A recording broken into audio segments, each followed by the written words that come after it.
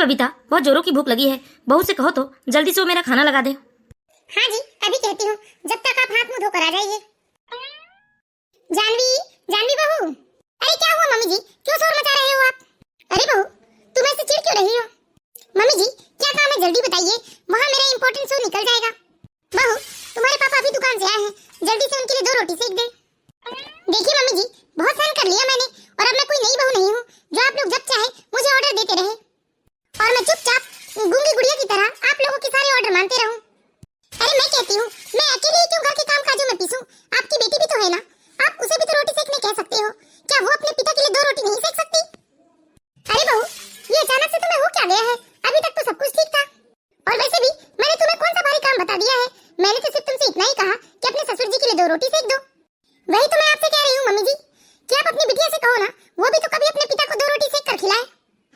अरे मैं ही क्यों रोटी बनाऊं? मैं इस घर की बहू हूँ, कोई नौकरानी नहीं। आप लोगों का ये बड़ा अच्छा काम है कि घर में कोई भी काम हो या कोई आ जाए, किसी के लिए चाय बनानी हो या किसी के लिए रोटी, बस बहू को पुकार लो। जैसे बहू के पास तो अपने लिए कोई और दूसरा काम होता नहीं, वो बस काम के इंतजार में अपने कमरे में बैठी रहती है कि उसे कब बुलावा आए और वो जाकर सबके सामने हाजिर हो जाए। हे भगवान, इसे हो क्या गया है आज? अच्छा काम करो बहू, जाओ तुम अपने कमरे में जाकर आराम कर लो, तुम्हारे ससुर जी के लिए रोटियां मैं ही सेक लूंगी। हाँ, आप रोटियां सेक लेंगी, लेकिन आप अपनी लाडली को जरा भी कष्ट नहीं देंगी। अरे बहू, बिट्टू घर में हो तभी तो मैं उसे कष्ट दूं ना, वो तो कॉलेज गई हुई है। मुझे अच्छे से मालूम है मम्मी जी, अगर बिट्टू यहाँ होती भी ना तब भी आप उसे रोटी बनाने नहीं कहती। अरे बहू, ये बेकार में बहस मत करो, तुम जाओ, तुम अपने कमरे में जाकर आराम करो, जो भी काम है वो मैं देख लूंगी। जब तुम्हारा मन करे तभी तुम कमरे से बाहर आना। हे भगवान, इसे हो क्या गया है? किसी ने तो कुछ कहा भी नहीं इसे। बबीता, थाली लग गई क्या? बहुत भूख लगी है मुझे। हाँ जी, बस अभी आई। ये है जानवी का ससुराल। जानवी की शादी को लगभग 1 साल होने को आए हैं। जानवी के ससुराल में जानवी के पति के अलावा जानवी के सास ससुर और जानवी की एक ननद है। इससे पहले तो घर में सब कुछ अच्छा ही चल रहा था, जानवी को किसी से कोई शिकायत नहीं थी, सब लोग हंसी खुशी से इस घर में रहा करते थे। लेकिन अब ना जाने जानवी को क्या हो गया है, वो तो हर समय बस हर किसी से लड़ते ही रहती है। एक दिन दोपहर में पूरा परिवार साथ में बैठकर खाना खा रहे थे। अरे बहू, सब्जी में जरा नमक कम लग रहा है, जरा रसोई में जाकर नमक तो ले आना। जी पापा जी, अभी ले आई। भाभी, रसोई में जा ही रहे हो तो जरा प्याज काट कर तो ले आना, आज थोड़ी गर्मी सी लग रही है। और हाँ, फ्रिज से एक पानी का बोतल भी ले आना, ठंडा वाला। एक बार में इतना सारा सामान मैं नहीं ला सकती।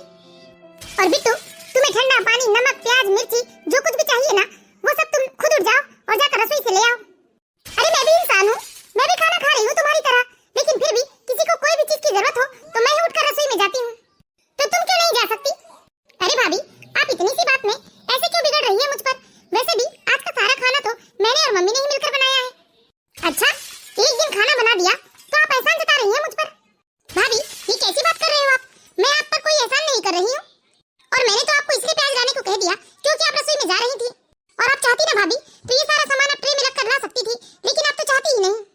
अरे एक दिन खाना क्या बना दिया, मुझ पर एहसान जता रही हैं, और रोज दिन मैं खाना बनाती हूँ तब तो मैं किसी के ऊपर एहसान नहीं जताती। और मैं बता देती हूँ बिट्टू, अगर तुम्हें कोई चीज चाहिए हो ना तो तुम खुद उठकर ले लिया करो, मुझे इस तरह से ऑर्डर मत दिया करो बार बार। मैं बहू हूँ इस घर की, तुम्हारी नौकरानी नहीं। और तुम्हें चाहिए ना प्याज तो तुम ही रसोई में जाओ और प्याज लाते वक्त नमक भी ले आना पापा जी के लिए। अरे तुम लोग इस तरह से लड़ो मत, मैं ही जाकर नमक ले लेता हूँ। अरे बिट्टू, क्यों इस तरह से अपनी भाभी से लड़ रही हो तुम? वैसे भी तुम्हारी भाभी तो थकी रहती है, अब घर की सारे काम की जिम्मेदारी तो अब तुम्हारी भाभी के ऊपर है, इसलिए वो थक जाती है। एक काम करो बिट्टू, जा तुम ही रसोई में जाकर नमक, प्याज और ठंडा पानी ले आओ। मम्मी, ये क्या? मैं देख रही हूँ आप हमेशा ही ना भाभी की ही साइड लेती हैं, और ऐसी साइड ले लेकर आपने भाभी को सिर पर चढ़ा रखा है। और आपके सिर में चढ़ाने का नतीजा देखो ना, आज भाभी कितनी लड़ाकू हो गई है, हर बात में बस भाभी लड़ने को तैयार हो जाती है। देख रही है मम्मी जी आप अपनी बेटी की जबान? बिट्टू कहती है कि मैं सिर पर चढ़ गई हूँ, अगर मैं सिर पर चढ़ गई हूँ तो बिट्टू को क्या कहेंगे? अरे मैं तो कहती हूँ मम्मी जी, ये बिट्टू की ना शादी की उम्र हो गई है, इसकी शादी करवा दीजिए। जब शादी ब्याह हो जाएगी और अपनी घर बस्ती बसाएंगी तब इसे समझ में आएगा, अभी तो माँ बाप के प्यार ने ना बहुत बिगाड़ दिया है बिट्टू को। ये तो बस रोज का हो गया था, हर दिन किसी न किसी बात पर इसी तरह से जानवी गुस्सा हो जाया करती थी। ना जाने जी, ये आजकल बहू को क्या हो गया है, बस हर समय चिड़ी सी रहती है, बिना बात के बहस करने लगती है। और बिट्टू का भी व्यवहार देख रहे हो ना आप, वो भी हर बात में आजकल गुस्सा करने लगी है। माँ, मैं अपनी मर्जी से गुस्सा नहीं करती, आप देख रहे हो ना, भाभी हर बात में बस मुझसे लड़ने को तैयार हो जाती है। भाभी है वो उम्र और रिश्ते दोनों में तुमसे बड़ी है, इसीलिए तुम्हें हमेशा अपनी भाभी का सम्मान करना चाहिए। अगर तुम्हारी भाभी तुमसे कुछ कहती है तो तुम अपनी भाभी की बात को अनसुना कर दो बेटा। ये हर समय घर में कलेश होना अच्छी बात नहीं होती है। माँ, ऐसी बात नहीं है कि मैं भाभी का सम्मान नहीं करती, मैं तो भाभी को पूरी इज्जत देती हूँ, लेकिन आप देख रहे हो ना, हर समय भाभी मुझसे और आपसे बस लड़ने को तैयार रहती है। इतना ही नहीं माँ, कभी कभी जब भाभी हम दोनों से नहीं लड़ पाती है तो अपना सारा गुस्सा भैया के ऊपर उतारती है। वही तो समस्या है, ये समझ में नहीं आता कि बहू को आखिर किस बात से इतना गुस्सा आता है, क्योंकि इससे पहले तो बहू का स्वभाव बिल्कुल भी ऐसा नहीं था। लेकिन माँ, हम कब तक इस तरह से चुप रहेंगे और कब तक कॉम्प्रोमाइज करते रहेंगे? अरे बिट्टू बेटा, ऐसा नहीं कहते। अगर तुम्हारी भाभी ने सुन लिया तो फिर उसे बहुत बुरा लगेगा। अरे मैं कहती हूँ, अगर तुम्हारी भाभी लड़ाकू है तो क्या हुआ, हम तो समझदार है ना, हमें अपनी समझदारी दिखानी चाहिए। ठीक है ना बेटा, आज के बाद अपनी भाभी की हर बात को अनसुना कर देना तुम। हाँ माँ। अच्छा, मैं दुकान जा रहा हूँ। अरे ये तो निधि का फोन है। हेलो, हाँ निधि, और कैसी है जानवी? बस ठीक हूँ यार, और तू बता? मेरे तो मजे ही मजे हैं। मैं तो जस्ट अभी अपने पति के साथ शॉपिंग करके घर लौटी हूँ। अच्छा, तेरी सास और ननद को कोई प्रॉब्लम नहीं है तेरी शॉपिंग करने पर? अरे तू पागल है क्या जानवी? उन्हें क्यों कोई प्रॉब्लम होगी, और प्रॉब्लम होगी भी तो होने दो। अरे रुपए तो मेरे पति की कमाई की है ना, मैं शॉपिंग नहीं करूंगी तो कौन करेगा? भाभी, मम्मी और मैं शॉपिंग पे जा रहे हैं, आप चल रहे हो हमारे साथ? नहीं बिट्टू, तुम लोग जाओ। तू क्या बोल रही थी निधि अभी? यही जानवी कि मेरे पति की कमाई के रुपए हैं। अरे मैं शॉपिंग नहीं करूंगी तो कौन करेगा? कोई मुझे रोक नहीं सकता। मेरे मन में जो आता है मैं वो खरीदती हूँ। बढ़िया है यार तेरा। चल ठीक है जानवी, मैं रखती हूँ।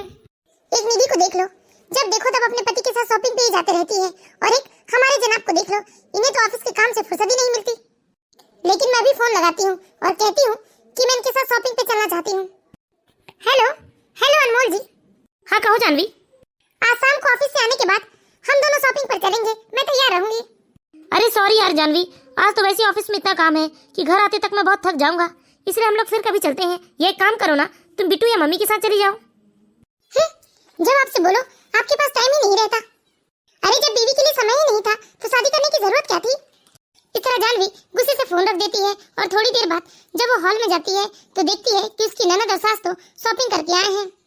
वाह, आ गए आप लोग शॉपिंग करके।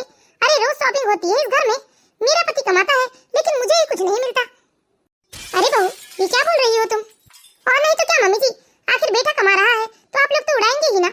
अगर खुद के मेहनत के रुपए होते तो इतनी शॉपिंग थोड़ी ना करते आप लोग। अरे बहू, अगले महीने बिट्टी की बुआ की बेटी की शादी है ना, बस उसी के लिए हम लोग शॉपिंग करने गए थे। और वैसे भी हमने तो तुझे चलने के लिए कहा था ना, लेकिन तुमने तो मना कर दिया, इसलिए हम ही लोग चले गए। वैसे तो तुमने मना कर दिया था बहू, लेकिन फिर भी मैंने तुम्हारे लिए एक बहुत ही सुंदर साड़ी ली है। ये देखो बहू, कितनी सुंदर साड़ी ली है मैंने तुम्हारे लिए। ये साड़ी आपको कहाँ से सुंदर लग रही है? जरा आप अपनी वाली साड़ी तो दिखाएं मुझे। वाह मम्मी जी, कितना भेदभाव करते हो आप। अरे इस बुढ़ापे में अपने लिए आपने इतनी सुंदर साड़ी ली, और मेरे लिए ये पीली सी साड़ी। मेरे ही पति की कमाई है और मुझे ये आपने घटिया सी साड़ी लाकर थमा दी है। अरे बहू, ये कैसी बात कर रही हो तुम? यदि तुम्हें मेरी साड़ी पसंद है तो एक काम करो, तुम मेरी साड़ी ले लो। रहने दो मम्मी जी, खूब भेदभाव करते हो आप, समझ गई मैं। अगर मेरी जगह आपकी बिट्टू होती तब भी आप ऐसी घटिया सी साड़ी लाकर देती उसे। अरे एक काम करो बहू, तुम्हें मेरी साड़ी पसंद है ना, लो तुम मेरी साड़ी रखो, मैं तुम्हारी साड़ी रख लेती हूँ। वैसे एक बात बताऊं, मेरी साड़ी से ज्यादा महंगी तुम्हारी साड़ी है। मुझे नहीं चाहिए कोई भी साड़ी, आप ही रखिए अपने पसंद की साड़ियाँ। मैं तो इनके साथ शॉपिंग पर जाऊंगी आज, और मैं अपनी पसंद से सारी शॉपिंग करूंगी। लो देख लो मम्मी, आप कहते हो कि मैं भाभी के साथ प्रेम से रहूं, भाभी को पूरी इज्जत दूं। इनके साथ कैसे प्रेम से रह सकता है कोई? इन्हें तो बस हर बात में लड़ने का मौका ढूंढना है, हर छोटी छोटी बात में लड़ने को तैयार बैठी रहती है। अब आप ही बताइए ना, इतनी महंगी साड़ी आपने भाभी के लिए ली, लेकिन फिर भी भाभी को यही लग रहा है कि आपने उनके लिए सस्ती साड़ी ली। अरे रहने दे बेटा, बेकार में गुस्सा मत कर तू। वो खुद चले जाएगी मेरे बेटे के साथ और अपनी पसंद की ले आएगी, हम बेकार में क्यों अपना दिमाग खराब करें। चल अंदर चल, तू देख अपने कपड़े ट्राई करके देख। ठीक है मम्मी। ये जैसे आएंगे मैं इनसे कह दूंगी कि मुझे यहाँ शॉपिंग पर लेकर चले, वरना मैं गुस्सा हो जाऊंगी। जानवी, अच्छा हुआ आप आ गए, मैं आपका इंतजार कर रही थी। जाइए जल्दी से तैयार हो जाइए, हमें शॉपिंग पर चलना है। अरे यार जानवी, मैं इतना थका हुआ हूँ, शॉपिंग पर हम फिर कभी चलेंगे ना। आपका हमेशा का यही नाटक है। मैं जब भी अपने साथ आपको कहीं चलने को कहती हूँ, आपके पास टाइम ही नहीं रहता, और जब भी आपके माँ बाप भाई बहन कोई भी आपको कहीं चलने को कहे, तब तो आपके पास टाइम ही टाइम रहता है। और सिर्फ समय ही नहीं, जब भी आपकी माँ या बहन आपसे रुपए भी मांगे तब आपके पास ढेरों रुपए रहते हैं, लेकिन जब भी मैं आपसे रुपए मांगू तब आपकी जेब ही रहती है। और सुन लो, आप जब तक मुझे शॉपिंग नहीं करवाओगे ना, आप मुझसे बात मत करना। अरे यार जानवी सुनो तो, अभी शादी को 1 महीने का समय है, हम लोग चले जाएंगे ना शॉपिंग पर, फिर कभी ऐसे मुंह मत फुलाओ तुम। मैंने कहा ना, मुझे अब आपसे कोई बात नहीं करनी है। इस तरह जानवी गुस्सा होकर कमरे से बाहर चली जाती है। हे भगवान, क्या करूं मैं इस जानवी का, ये हमेशा बस मुंह फुलाकर ही रहती है। इसके लिए कितना भी अच्छा कुछ कर लो, पर ये कभी खुश होती ही नहीं। ये क्या बेटा, अभी तक ऑफिस के लिए निकले नहीं तुम? नहीं माँ, आज मैं ऑफिस नहीं जा रहा हूँ। लेकिन क्यों बेटा?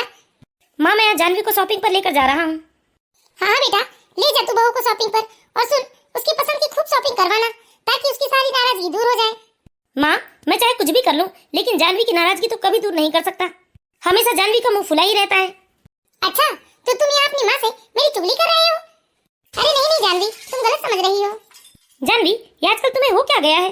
तुम हर समय बस चिड़ी चिड़ी सी रहती हो, हर किसी से बस लड़ाई झगड़े का मौका ढूंढते रहती हो। देखो, आपको शॉपिंग पर लेकर चलना है तो चलो, नहीं तो रहने दो, मुझे नहीं जाना है किसी की शादी वादी में। अरे जानवी, बेकार में अपना मूड क्यों खराब करती हो? जाओ तुम लोग शॉपिंग से हो आओ।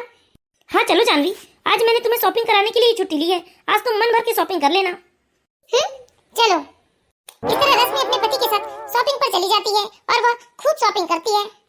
इसी तरह धीरे धीरे 1 महीने का समय बीत जाता है। फिर वो दिन भी आ जाता है जब जानवी की बुआ सास की बेटी की शादी होने वाली होती है। तो जानवी के ससुराल में सभी लोग शादी में जाने की तैयारियां करने लगते हैं। लेकिन जानवी ने तो फिर से एक नया तमाशा खड़ा कर दिया था। चलो जानवी, जल्दी करो, सब लोग तैयार हो गए हैं। मैंने आपसे कहा था ना कि आप मम्मी जी और बिट्टू को पापा जी के साथ शादी में जाने देना, हम लोग अलग से जाएंगे शादी में। अरे यार, ये कौन सी बात हुई? अरे हमारा पूरा परिवार एक साथ जाएगा तो कितना अच्छा लगेगा। अच्छा, आपने तो कभी ऐसा सोचा ही नहीं कि जब हम दोनों पति पत्नी एक साथ जाएंगे तो और कितना अच्छा लगेगा। जानवी, तुम बेकार में बखेड़ा खड़ा मत करो, सब लोग तैयार होकर बाहर तुम्हारा इंतजार कर रहे हैं। देखो, मुझे सबके साथ नहीं जाना है शादी में, या तो मैं जाऊंगी तो आपके साथ, या फिर मैं जाऊंगी ही नहीं। शादी में जाने की बजाय मैं अपने मायके चली जाऊंगी। जानवी, तमाशा मत करो, तुम चुपचाप चलो, हर बात में ड्रामा करने की आदत है तुम्हारी। अच्छा, तुम्हें ड्रामा लगता है? तो एक काम करो, तुम चले जाओ अपनी माँ बहन और पापा के साथ, मुझे नहीं जाना है किसी की शादी में। जानवी, नाटक मत करो, सब लोग बाहर तुम्हारा इंतजार कर रहे हैं। मैंने कहा ना, नहीं जाना मुझे, जाओ तुम अपनी फैमिली के साथ। जानवी चलो। नहीं जाना मुझे। अरे हर जगह आपको तो बस कबाब में हड्डी ले जाने की आदत है। जानवी, हाथ में रहो अपनी। क्या आपने मुझे चाटा मारा? हाँ मारा मैंने चाटा, और दोबारा तुम इस तरह की बात करोगी ना तो फिर से मैं चाटा मारूंगा तुम्हें। अरे हद होती है बदतमीजी की। मैं तुम्हारे सारे नखरे चुपचाप बर्दाश्त करते आया हूँ अभी तक, ये सोचकर कि आज नहीं कल तुम समझ जाओगी, लेकिन तुम तो सिर पर ही चढ़ी जा रही हो। अरे हम मेरी बुआ के घर शादी में जा रहे हैं, कोई हनीमून ट्रिप पर नहीं जा रहे हैं जो हम दोनों अकेले जाएंगे। समझ में नहीं आता मेरी माँ और बहन से तुम्हें क्या प्रॉब्लम है? हाँ है मुझे प्रॉब्लम, और अब मुझे कहीं नहीं जाना है। जाओ तुम अपनी माँ और बहन के साथ, मैं अपने मायके जा रही हूँ। हाँ हाँ जाओ, और मैं तो कहता हूँ कि वापस भी मत आना। नहीं आऊंगी वापस मैं। इस तरह जानवी गुस्से गुस्से में अपना सारा सामान पैक करके अपने मायके के लिए निकलने लगती है। अरे जानवी, ऐसे गुस्सा होकर नहीं जाते बेटा छोटी छोटी बातों में। हाँ बहू, ऐसी छोटी छोटी बातों में इतना बड़ा फैसला नहीं लेते। पापा जाने दो उसे। ये क्या बेटा? अरे हम शादी में क्या जवाब देंगे कि बहू साथ में क्यों नहीं आई? हम कह देंगे कि जानवी की तबीयत ठीक नहीं है। अरे बहुत बर्दाश्त कर लिया पापा हमने इसकी बदतमीजी। हाँ भैया, भाभी हर छोटी छोटी बात में बस सबसे लड़ने का बहाना ही ढूंढते रहती है। नहीं बेटा, अगर किसी को पता चल गया कि जानवी लड़ झगड़ कर अपने मायके गई है तो हमारी बड़ी बदनामी हो जाएगी। माँ ये सब छोड़िए आप, चलिए हमें शादी में चलना है। इस तरह जानवी तो अपने मायके चली जाती है, लेकिन जानवी के सारे ससुराल वाले जानवी की बुआ सास के यहाँ शादी में चले जाते हैं। ये क्या जानवी बेटा, तुम्हें तो इस वक्त अपनी बुआ सास के यहाँ शादी में होना था, तुम यहाँ क्या कर रही हो? माँ, मैं उस घर में अब कभी वापस नहीं जाऊंगी। अरे मेरी सास और ननद तो जैसे मेरी खुशियों की दुश्मन बनी बैठी हैं। अरे बेटा बात क्या है, मुझे सारी बात बता दो। जानवी अपनी माँ को सारी बात बताती है, और जानवी की बात सुनने के बाद तो जानवी की माँ समझ जाती है कि सारी गलती तो इसमें जानवी की ही है। बेटा जानवी, इस तरह छोटी छोटी बातों में लड़ा नहीं करते, और मुझे लगता है कि तेरे ससुराल वालों की कोई गलती नहीं है इसमें। यहाँ गलत तू है बेटा, कभी तो अपने आप को उनकी जगह रखकर देखना। जानवी, कल को तेरा अपना परिवार होगा बेटा, और जब तेरी औलाद तेरे साथ कहीं आना जाना नहीं चाहेंगी तो बता तुझ पर क्या बीतेगी। अरे जानवी, ज्यादा दूर की बात छोड़ बेटा, ये सोच अगर तेरी भाभी मेरे साथ ऐसा व्यवहार करे तो तुझे क्या अच्छा लगेगा? और सही तो कहा दामाद जी ने, तुम कहीं हनीमून ट्रिप पर नहीं जा रहे थे, वो तो परिवार की शादी अटेंड करने जा रहे थे, तो पूरे परिवार को एक साथ जाना ही चाहिए। एक बात हमेशा याद रखना बेटा, ससुराल वाले बहू को बेटी तब मानते हैं जब बहू भी अपने ससुराल वालों को अपने मायके वालों जैसा समझे और मायके वालों जितना मान सम्मान दे। तुमने गुस्से से कह तो दिया बेटा कि तुम अपने मायके जा रही हो और कभी लौटकर नहीं आओगी, लेकिन एक बात बताओ, तुम्हें ऐसा लगता है क्या तुम अपनी भाभी के साथ खुशी खुशी पूरा जीवन अपने मायके में बिता सकती हो? मैं तुम्हारे व्यवहार को बचपन से ही जानती हूँ जानवी, तुम शुरू से ही चिड़चिड़ी और लड़ाकू स्वभाव की हो। देखो बेटा, अभी भी कुछ नहीं बिगड़ा है, तुम जाकर अपनी गलती के लिए माफी मांग लो, वरना जिंदगी भर पछताती रहोगी। हाँ माँ, आप ठीक ही कह रहे हो, मैंने तो इतनी बदतमीजियां की, लेकिन कभी मेरी सास ने मुझे कुछ उल्टा सीधा नहीं कहा, बल्कि हमेशा अपनी बेटी को ही समझाया। लेकिन माँ, अभी तो घर में कोई नहीं होगा, अब मैं क्या करूँ? सब तो शादी में चले गए होंगे। ठीक है बेटा, तुम सुबह चली जाना अपने ससुराल। इस तरह जानवी को अपनी माँ के समझाने पर अपनी गलती का एहसास हो जाता है और वो दूसरे दिन अपने ससुराल पहुँच जाती है। क्यों जानवी, क्या हुआ? तुम तो कभी लौट कर नहीं आने वाली थी। अरे ये क्या तरीका है बहू से बात करने का? वो अपने घर नहीं आएगी तो कहाँ जाएगी? मम्मी जी, मुझे माफ कर दीजिए मम्मी जी, मैंने आप लोगों का बहुत दिल दुखाया, लेकिन मुझे मेरी गलती का एहसास हो गया है। ये मगरमच्छ के आंसू है, 2-4 दिनों बाद फिर से तुम वही मेलोड्रामा करोगी। मैंने कहा तो एकदम चुप कर। और मेरी बहू को अपनी गलती का एहसास हो गया है, इसलिए कोई इसे कुछ नहीं कहेगा, और ये मेरी बहू का घर है, ये इसी घर में रहेगी खुशी खुशी। मम्मी जी, सच में आप कितनी अच्छी हैं, लेकिन मैंने कभी आपके अच्छेपन को नहीं देखा। अरे जानवी बेटा, ये रोना धोना छोड़, चल तुझे भूख लगी होगी ना, मैं तुझे खाना खिलाती हूँ। जानवी अपनी सास का इतना उदार हृदय देखकर बहुत ही शर्मिंदा हो जाती है, और जानवी ने निश्चय कर लिया था कि आज के बाद वो कभी किसी का दिल नहीं दुखाएगी, और इसी तरह जानवी खुशी खुशी अपने ससुराल में रहने लगती है। तो हम आशा करते हैं दोस्तों, आप लोगों को हमारी ये कहानी जरूर पसंद आई होगी। यदि कहानी अच्छी लगी हो तो प्लीज इस वीडियो को लाइक कीजिए, और इसी तरह की मोरल स्टोरीज देखते रहने के लिए हमारे चैनल सास बहू की दुनिया को सब्सक्राइब करें।